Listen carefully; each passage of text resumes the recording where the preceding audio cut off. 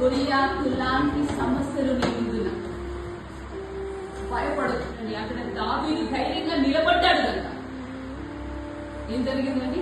విజయం జరిగింది, ఘనత కూడా కలిగింది, దేవునికి మహిమ కలిగింది. దేవుని సన్నిధానంలో నీవు నిలబడితే దేనికైనా ఎవ్వరు ఏమన్నా నువ్వు భయపడవు. నీ పరిస్థితి ఎటువంటిదైనా, నీకు వచ్చిన అనారోగ్యం ఎటువంటిదైనా భయపడకూడదు.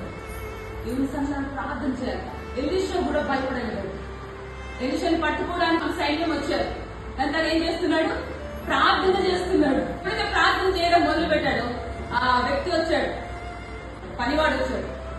వచ్చి ఇట్లా శత్రువులు మన చుట్టూ ఉన్నారు అంటే వాళ్ళకు భయపడదు, వాళ్ళ కంటే గొప్ప సైన్య సమూహము మనకుంది. ఆమె హల్లెలూయా హల్లెలూయా. ఎప్పుడైతే ఎలీషా ప్రార్థన చేసి అన్నులు తెరవబడింది, అక్కడ ఉన్న సైన్యాన్ని చూశారు, డబ్బల సైన్యం చూశారు.